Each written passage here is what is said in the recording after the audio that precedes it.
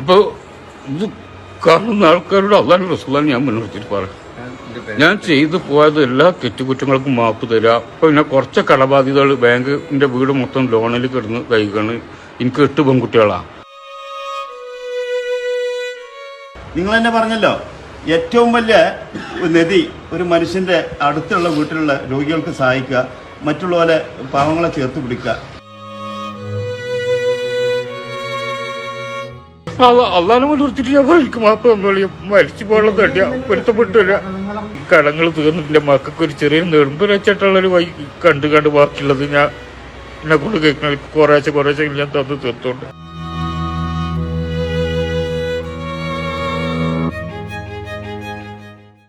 നമസ്കാരം.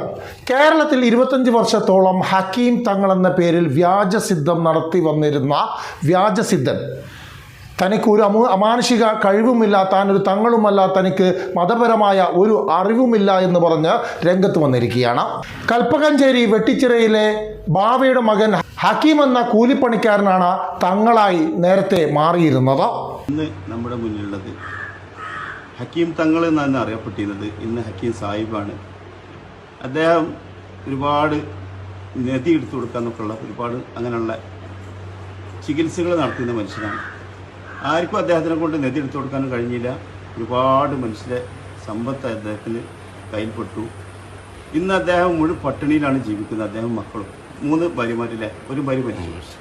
അപ്പോൾ അദ്ദേഹം എന്നോട് പറഞ്ഞ വാക്ക്, അദ്ദേഹത്തിന് റമദാനിൽ ഭക്ഷണസാധനം ഇല്ലാഞ്ഞിട്ടും പെരുന്നാൾക്കുള്ള ബുദ്ധിമുട്ടൊക്കെ നമ്മൾ അറിയിച്ചപ്പോൾ ആ വീടുമായിട്ട് നമ്മൾ ബന്ധപ്പെട്ട് അദ്ദേഹത്തിന് ഇത് കൊടുത്തപ്പോൾ അദ്ദേഹം നമ്മളോട് പറഞ്ഞ വാക്ക് മനസ്സിലായി. ഞാൻ എല്ലാ സമ്പത്തുള്ളവനായിരുന്നു.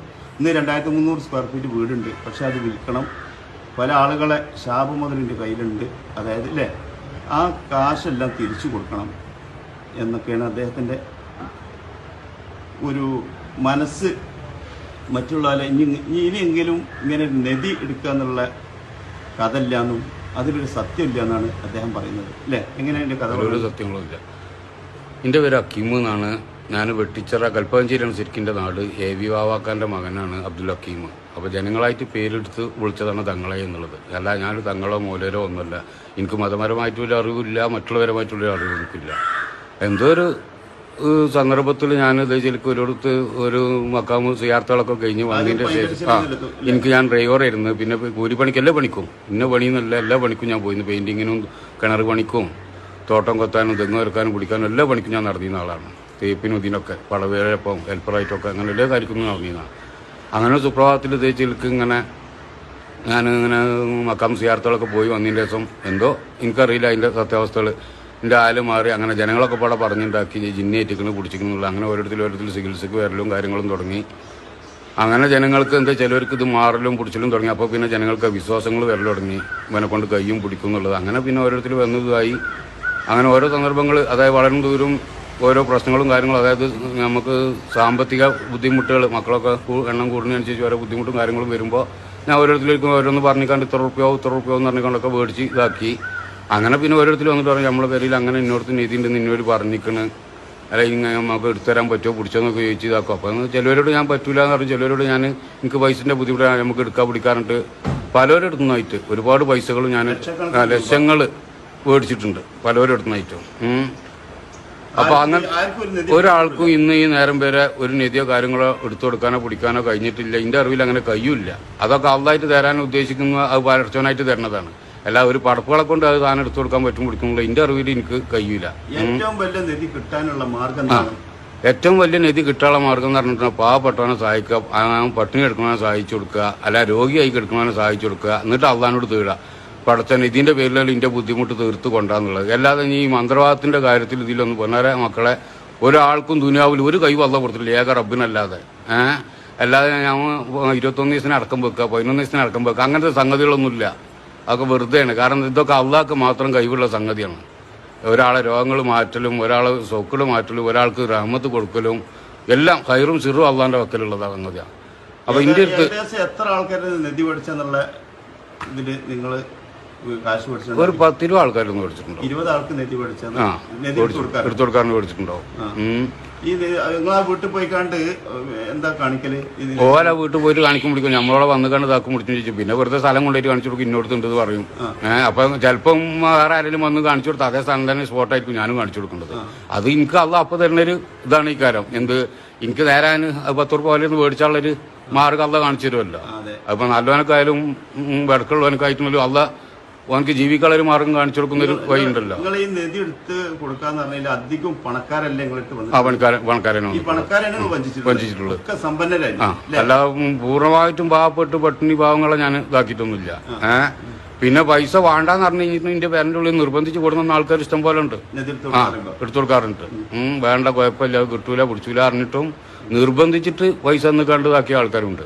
അതൊക്കെ ഓരോ കാര്യത്തിൽ ടൈമും കാര്യങ്ങളും കേസും കൂട്ടം വരുമ്പോൾ ഒരു കേസ് കൊടുക്കും. അങ്ങനെ ഞാൻ എനിക്ക് തന്നതാവൂല പറഞ്ഞിട്ടുള്ളത്. കോഴിക്കോട് ജയിലിൽ കിടന്നല്ലോ ഈ പ്രശ്നത്താൽ. അപ്പൊ ഈ ജയിലിൽ കിടന്നിട്ടും നിങ്ങൾ വീട്ടിൽ വന്നിട്ടും ആളുകൾ ലോക്കപ്പ് കിടക്കുന്ന ടൈമിലടക്കം ചികിത്സയ്ക്ക് ആൾക്കാരിന്റെ ലോക്കപ്പ് വന്നിട്ടുണ്ട്. തങ്ങളെ ഇതെന്താ ചെയ്യേണ്ടത് ഇതെന്താ ചെയ്യേണ്ടത് ചോദിച്ചിട്ടുണ്ട്. പിന്നെ എന്റെ പേരും പറഞ്ഞിക്കൊണ്ട് തന്നെ അനുകൂലമായിട്ടും പ്രതികൂലമായിട്ടും നിന്നിട്ട് ജനങ്ങളെ മുന്നിൽ തല്ലും ഇതും പിടി ഉണ്ടാക്കിയിട്ട് എന്റെ ജാമ്യം വരെ റദ്ദാക്കി വെച്ചിട്ടുണ്ട്. അപ്പൊ എന്റെ ഇതിൽ പറയാനുള്ളത്, അതായത് ഇത് കാണുന്ന എല്ലാ മനുഷ്യരോടും എന്റെ ജ്യേഷ്ഠന്മാരായാലും അഞ്ചന്മാരായാലും പെങ്ങന്മാരായാലും എല്ലാവരോടും എനിക്ക് പറയാനുള്ളത്, ഇങ്ങനത്തെ ഒരു സംഗതിയെ ഇല്ല ദുനിയാവില്. എല്ലാറ്റിനും കഴിവും ശക്തിയുള്ളത് അള്ളാഹ്ക്ക് മാത്രമാണ്, അല്ലാതെ ഒരു പടപ്പുകൾക്കും ഇല്ല. ഞാൻ 1998 മുതൽ ഒരു 3 കൊല്ലം മുന്നേ വരെ ഞാൻ ഈ ഒരു ഇത് വെച്ച് നടന്നു. 3-4 കൊല്ലം മുന്നേ വരെ. അതിപ്പോ നമ്മളിപ്പോ ഒരു മുസ്ലിമായ വ്യക്തിക്ക് അള്ളാഹ് സുന്നത്താക്കി തന്ന വിഷയമാണ്. എല്ലാവരും തങ്ങന്മാർക്കും മൂല്യന്മാർക്കും നടക്കാണ്ടൊരു മൂലരും ഇത് തൊപ്പിയും വെള്ളത്തിനും വെള്ളക്കുപ്പായൊന്നുമില്ല. എത്രയോ ആൾക്കാർ കൊണ്ടുപോയിട്ടുണ്ട്, പല സ്ഥലത്തേക്കും കൊണ്ടുപോയിട്ടുണ്ട്. ഒന്നുമില്ല. എന്തിനെന്നോ എന്നിട്ട് അള്ളാന്നുള്ള നാമത്തിന്റെ അർത്ഥം എന്താണെന്നുള്ളത് പറയാൻ കഴിയാത്ത ഞാനാണ്. കാരണം എന്റെ കുടുംബങ്ങൾക്ക് തന്നെ അറിയാം എനിക്കൊരു വിദ്യാഭ്യാസം കാര്യങ്ങളും ഇല്ല എന്നുള്ളത്. ഒന്നുമില്ല, ഒരു കഴിവും കാര്യങ്ങളും ഇല്ല. ഒരു കഴിവും കാര്യങ്ങളും ഇല്ല. അപ്പൊ ജനങ്ങൾ പറഞ്ഞപ്പോ എന്താ എനിക്ക് ഓരോ ബുദ്ധിമുട്ടും കാര്യങ്ങളും വരുമ്പോ പിന്നെ ആ വീക്കെ കൂടെ കൊണ്ട് സഞ്ചരിച്ച് പിന്നെ ഓരോരുത്തരുടെ മാറണു പിടിക്കണോ അവർക്ക് അള്ളാഹ് മാറ്റാനുള്ള ടൈം ആക്കുമ്പോ അള്ളാഹ് മാറ്റേണ്ടതാണ്. അത് ആ പേര് എനിക്ക് കിട്ടി അത്ര. ഇന്നിങ്ങനെ വരാൻ കാരണം എന്ന് പറഞ്ഞാൽ ഇനി അള്ളാഹും റസൂലുള്ളാഹിനും മുന്നിട്ട് വരാം. കാരണം ഇപ്പൊ ഈ കേൾക്കുന്നവനക്ക് പറയും ഇവനക്ക് എന്താ ഇത് അള്ളാഹും റസൂലുള്ളാഹിനും വിളിക്കാൻ അറിയാതുള്ളതെന്ന്. ഒരറിയാതെ ഇന്റെ കാഴ്ചയുടെ സത്യത്തിൽ എനിക്ക് അതിനില്ല. കാരണം മരിക്കണം എന്നുള്ള ഒരു പേടി. ഇപ്പം മരിച്ചു പോകും, ഖബറുണ്ട്, അവിടെ നിന്നുള്ള ബുദ്ധിമുട്ടുകൾ ഉണ്ടെന്നുള്ളതൊക്കെ എനിക്ക് ശരിക്കറിയും. അപ്പോൾ ഇത് കാണുന്ന ആൾക്കാരോട് അള്ളാഹു റസൂലുള്ളാഹി ഞാൻ മുൻനിർത്തിയിട്ട് പറയാം, ഞാൻ ചെയ്തു പോയത് എല്ലാ തെറ്റുകുറ്റങ്ങൾക്കും മാപ്പ് തരാം. അപ്പോൾ പിന്നെ കുറച്ച് കടബാധ്യതകൾ ബാങ്കിന്റെ വീട് മൊത്തം ലോണിൽ കിടന്ന് കഴിക്കാണ്. എനിക്ക് 8 പെൺകുട്ടികളാണ്. അപ്പോൾ ആ മക്കൾക്ക് വരെ ഒരു നേരം തിന്നാൻ കൊടുക്കാനോ പിടിക്കാനുള്ള ഗതിയോ കാര്യങ്ങളോ എനിക്കില്ല. പിന്നെ സ്റ്റോക്കും കാര്യങ്ങളും കിഡ്നിക്ക് കംപ്ലൈന്റ് ബ്ലോക്കും കാര്യങ്ങളൊക്കെ ആയിട്ട് ഇങ്ങനെ നിൽക്കുക. ഇപ്പോൾ ഈ നോമ്പ് ഇപ്പോൾ 2 കൊല്ലമായിട്ട് കൊറോണയും കാര്യങ്ങളും നോമ്പുമായിട്ട് ഈ നാസർ മാനൂഖാന്റെ ഇതിൽ എൻ്റെ മക്കളും ഞാനും ഇവിടെ പട്ടിണിയെടുക്കാതെ ജീവിച്ചു പോന്നിട്ടുണ്ട്. ഇപ്പൊ ഏക റബ്ബിനെ മുൻനിർത്തിയിട്ട് പറയുകയാണെങ്കിൽ ഞാൻ ചെയ്തു പോയ എല്ലാ തെറ്റുകുറ്റങ്ങൾക്കും മാപ്പ് തരാ, പൊരുത്തപ്പെട്ടു തരാ. ഭാഗ്യവാൻ. എന്താ പറയാ, തെറ്റ് പറ്റി മനുഷ്യൻ മനസ്സുകൾ കാണിച്ചില്ലേ. അള്ളാനെ മുൻനിർത്തിയിട്ട് ഞാൻ എനിക്ക് മാപ്പ് തന്നോളി, മരിച്ചു പോയുള്ള തട്ടിയ പൊരുത്തപ്പെട്ടു തരാ. എന്റെ വീട് വിറ്റിട്ട് ഈ കടങ്ങൾ തീർന്നിട്ട് മക്കൾക്ക് ഒരു ചെറിയ നെടുമ്പ് വെച്ചിട്ടുള്ളൊരു വഴി കണ്ട് ബാക്കിയുള്ളത് ഞാൻ എന്നെ കൊണ്ട് കേൾക്കുന്ന കുറേശ്ശെ ഞാൻ തന്നു തീർത്തോണ്ട്. എനിക്ക് നിങ്ങളോട് ആരോടൊന്നും പറയാനില്ല. വാപ്പ് എല്ലാം പൊരുത്തപ്പെട്ട പൊരുത്തപ്പെട്ടതിനെ വേണ്ടി മനുഷ്യനാണ് പറ്റിപ്പോവും. അതൊക്കെ മനുഷ്യനടുത്ത് പറ്റിപ്പോവും. പക്ഷെ അത് തിരുത്താനുള്ള മനസ്സാണ് നിങ്ങൾ കാണിച്ചത്. അതെ, ഏത് മനുഷ്യരും തെറ്റുപറ്റുന്നുണ്ട്. ഇത് നിങ്ങൾക്ക് മറ്റുള്ളവർക്കൊരു പാടാക്കുക. ഇനിയെങ്കിലുള്ള മനുഷ്യര് നദിയുണ്ട് എന്ന് പറഞ്ഞിട്ട് മറ്റുള്ളവരെ ഈ കാശ് പഠിച്ചുകൊണ്ട് ചതിപ്പെടാതെ ഇരിക്കാൻ നിങ്ങൾ ഈ കാണിച്ച മനസ്സുണ്ടല്ലോ, ഒരുപാട് മനുഷ്യര് രക്ഷപ്പെടും. അതായത് നദി ഇല്ലാന്നും അങ്ങനെ ഒരു കയമ്പില്ലാന്നും അങ്ങനെ നമുക്കൊരു കഴിവില്ലാന്നും നിങ്ങളിന്ന് കാണിച്ചു. അതായത് പൊതുജനങ്ങളോട് നിങ്ങൾ അവതരിപ്പിച്ചു. നിങ്ങളെ കണ്ണീരുണ്ടല്ലോ, അത് പടച്ചോൻ കാണും. നിങ്ങൾ ഇനിയുള്ള കാലങ്ങൾക്ക് നന്നായിട്ടുള്ള ജീവിതം തരും പടച്ചോന്. കാരണം തെറ്റ് തിരുത്തലാണ് ഒരു മനുഷ്യന്റെ ഏറ്റവും വലിയ കഴിവ്. അത് നിങ്ങൾ കാണിച്ചല്ലോ അല്ലേ. ഏറ്റവും വലിയ ഒരു മനുഷ്യന്റെ മനസ്സ് ഞാൻ ചെയ്ത് തെറ്റായി പോയെന്നും അത് തിരുത്താനുള്ള ഇനി എൻ്റെ അടുത്ത് സമ്പത്തുണ്ടെങ്കിൽ പഠിച്ചോനെ ഞാനത് തിരുത്താൻ തയ്യാറാന്നുള്ള ഉപാധി അള്ളാനായിട്ടുള്ള കരാറ്, അതാണ് നിങ്ങൾ വിജയം. അല്ലാതെ നമുക്കൊരു കഴിവില്ല എന്നുള്ളത് നിങ്ങൾ മനസ്സിലാക്കി. ഒരു കാലത്ത് പല ആളുകളും നിങ്ങളെത്ത് വന്ന് സമീപിക്കുമ്പോൾ നിങ്ങൾ എന്തെങ്കിലുമൊക്കെ ചെയ്യുമ്പോൾ അവരിൽ ആ വിശ്വാസപ്രകാരം എന്തും അവർ പിന്നെ നിങ്ങളെ കൊണ്ടുപോവാണ്. നിങ്ങൾ തന്നെ പറഞ്ഞല്ലോ, ഏറ്റവും വലിയ നിധി ഒരു മനുഷ്യൻ്റെ അടുത്തുള്ള വീട്ടിലുള്ള രോഗികൾക്ക് സഹായിക്കുക, മറ്റുള്ളവരെ പാവങ്ങളെ ചേർത്ത് പിടിക്കുക, അവനക്കാണ് ഏറ്റവും നിധി എന്ന് പറയുന്നത്. കാരണം രോഗത്തിന് രക്ഷപ്പെടുക, അപകടത്തിന് രക്ഷപ്പെടുക, അതാണ് ഏറ്റവും വലിയ നിധി അല്ലേ? അതാണല്ലോ നിങ്ങൾ എന്നോട് പറഞ്ഞത്.